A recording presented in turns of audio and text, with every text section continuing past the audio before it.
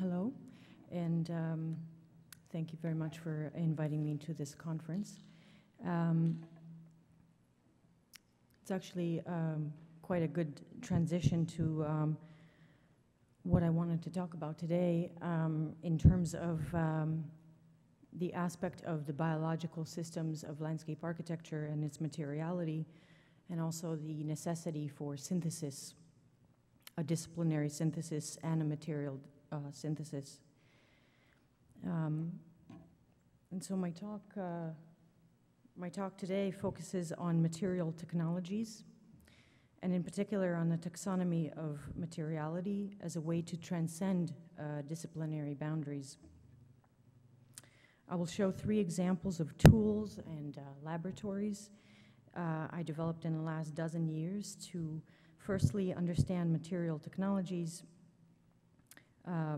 within the context of interdisciplinarity, and B, to facilitate the integration of technological research within the design process. All 3 examples are based on the notion that material is simultaneously matter, and alchemy of the periodical table, and meaning, that which has accrues behavioral descriptors according to their ever-changing empirical or theoretical context, as well as policy mandates, and some of these topics have been touched upon earlier. Therefore, materiality is not only synonymous with structural and aesthetic categories, but also is aligned with an evolving theoretical positions on the perceived or potential role of materials in contemporary culture, whether sensorial, ideological, such as in the topic of sustainability, structural, ecological, economically viable, new or outmoded material meaning is mutable. Looking back at the last 20 years, inventions on the molecular level of material composition and the influx of technologies which allow new aesthetic and performance possibilities have positioned contemporary materials in a perpetual future tense. In an age of newness, or an age of hypermaterialism, this gluttony of material options and cravings for novelty, as well as the frequent adaptation from one industry to the other, have given rise to new research mechanisms and new ways of interrelating data. The tendency is towards a flexible indexing structure that would link the intrinsic properties of materials to a diversity of applications. So I'll begin with the material collection, which is a research engine and library model that focuses on the collection and analysis of a broad range of materials from distinct disciplines. And this model was established in the mid-90s by Material Connection and subsequently by many other professionals in academic institutions. The primary approach was a departure from the conventional architectural classification systems whose underlying code is dominated by predetermined architectural applications. And in contrast, the new classification emphasizes material properties and processes decontextualized from their applications as a method to incite innovation. The various material collections positioned themselves as a link between designers, material scientists, and the manufacturing industry. As such, these multidisciplinary research platforms and modern-day cabinet of curiosities open the floodgates for a cultural fetishism for the new and innovative. And further, they articulated the crossover of disciplines through a reconstituted classification system where, for example, materials from aerospace are shown next to materials for soil erosion control. Furthermore, the format of the contemporary material collection is structured to facilitate ongoing feedback loops between their subscribers who come from different fields, ranging from fashion to architecture to automotive, and thus effectively produce a natural cross-pollination via their design requirements and field-specific terminologies. Consequently, the curatorial process of materials have been rooted in the identification and acquisition of an ever-changing techno-cultural. For instance, with the widespread topic of sustainability, environmental testing and performance specifications have become more available, which in turn have made our environmental eloquence in design more explicit. Furthermore, it was the urgency of the environmental concerns and policies in the last 20 years that have driven giant plastic manufacturers to materialize the polymerization of starch from beets or corn and the manufacturing of biodegradable plastics. And so once we're able to deviate from architectural classifications or the conventional ones, new considerations arise, new testing parameters and qualitative performance are identified, and thus design language expands.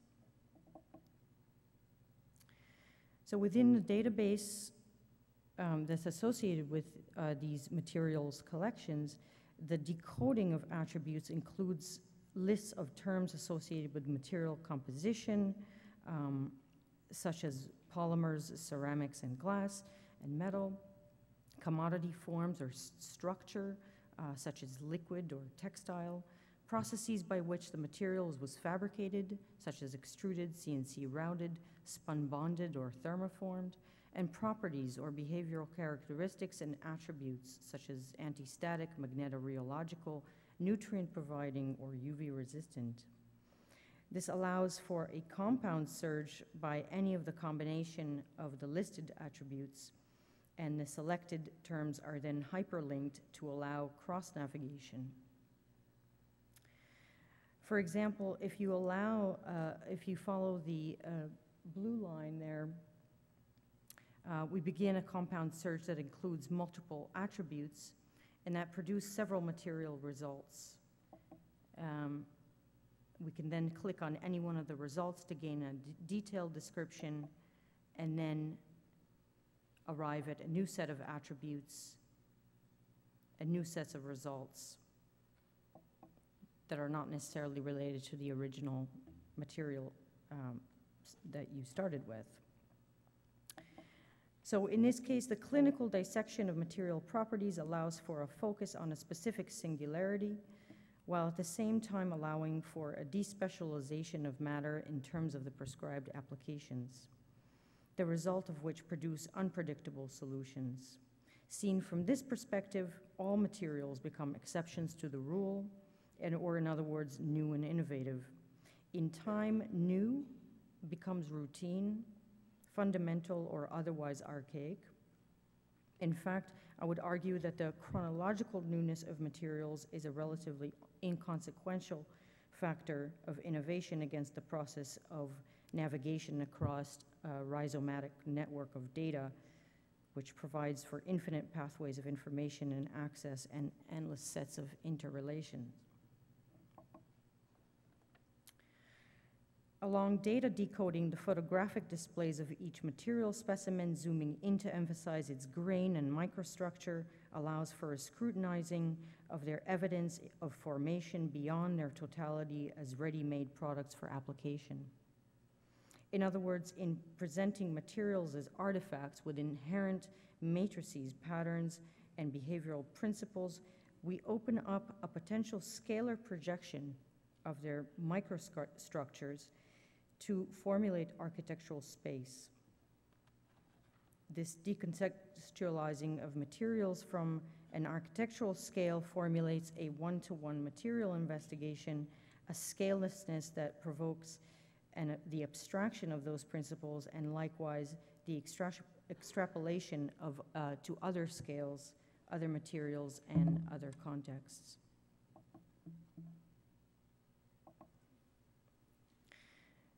Taxonavigation, therefore, or this navigation through this interrelated data structure, therefore suggests a model whereby the agency of materialism relies on the premise of speculation rather than specification in order to transcend a perception of materials as a commodity product. The objective of the contemporary material collection is to give designers both the language and the means to dialogue with scientists and manufacturers and actively influence technological trajectories. Equally paramount is the ambition to generate distinct and prolific scholarship concerning materialism such that it can interchange between its technical and theoretical constructs and consequently provoke invention.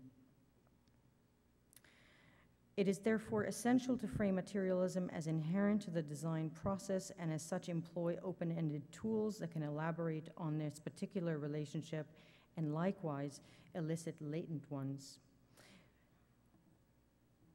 So in this context, it is important to point out that the premise of this tool is also aligned with contemporary tools such as tagging, labeling, wikiing, which has been discussed before. Likewise, it is no different than the relational nonlinear formats of work such as the Metapolis Dictionary of Advanced of Architecture or the Architectural Phylogeny of FOA, which utilizes a matrix of terms, a mesh of codes that is open to cross-referencing and allows for a shift in architectural culture.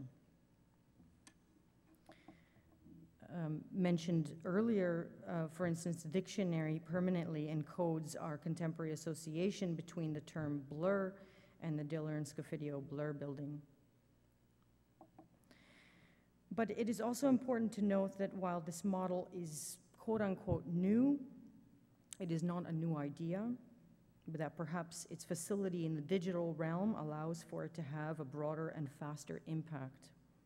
But looking as far back as the 17th century, Wunderkammer, or Cabinet of Curiosities, which was the predecessor to scientific taxonomy and museums, it was also described as a collection of wonders, of new, rare, and unusual, an encyclopedic collection of all kinds of objects and materials of dissimilar and diverse origin, which was the expression of the discovery of the new world of an age of exploration, a period of rapidly expanding horizons of knowledge.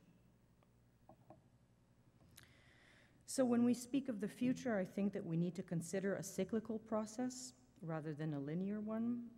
And at the same time, the most recent age of exploration, we also have an age of crisis, and one that has become more prevalent in our language and ideology, and hence our approach to technology. Again, looking back to the last 15 to 20 years, a shift has occurred towards an understanding of the cradle-to-grave life cycle of materials and their environmental impact. As such, this quantification of the embedded energy costs and ecological degradation have been also considered in the field of landscape architecture at the scale of the territory. With publications in the last 25 years, such as Landscape Ecology, Recovering Landscapes, and Landscape Urbanism, the taxonomy of material technologies in landscape architecture has expanded to include terms such as bioremediation, bioengineering, stormwater management, and urban heat island. Parks are no longer just parks and playgrounds, they are mechanisms for climate control, water management, land reclamation, biodiversity, urban food security, etc. So in the last decade, a new definition of landscape as infrastructure has evolved, which recognizes the intersection of the built and urban structures with environmental systems. It positions design as a relevant discipline to address the multitude of crises and scarcities du jour, and points to the necessary moments of intersection with disciplines such as biology, engineering, agronomy, policy, and economy. In order to insert another dimensional scale into the discussion, I recognize that it is also necessary to address material technologies specifically in terms of their tectonic manifestations and their influence at the large scale of environmental systems. Living Systems, which I co-authored with Alex Robinson, presents a classification system which emphasizes what the material does rather than what its conventional application is. It considers all materials, whether living or non-living, are in a state of flux. So the question is, for instance, what do you do with water on your site? You can absorb it, retain it, evaporate it, treat it, etc.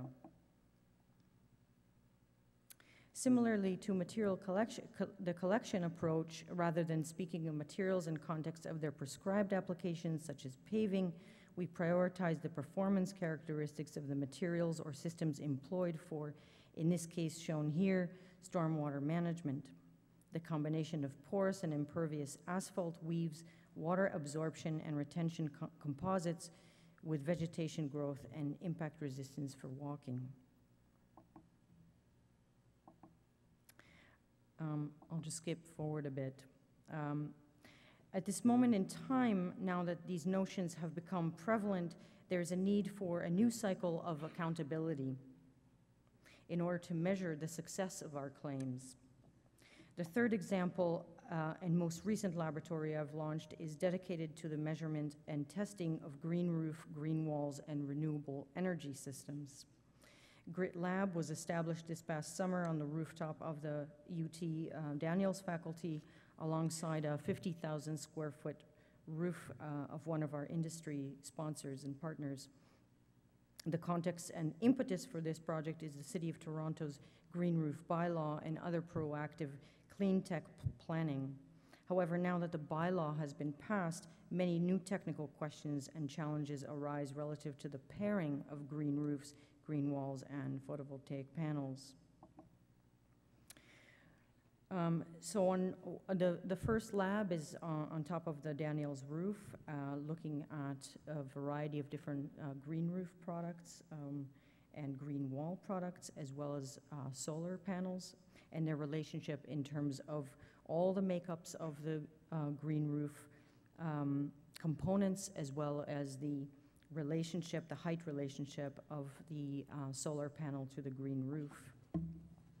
And in parallel, a second 50,000 square foot lab will be constructed on top of an industrial facility, and this location will compare three surfaces: extensive green roof, conventional blacktop roof, and a white roof underneath solar panel racking systems suspended at specific heights and distances.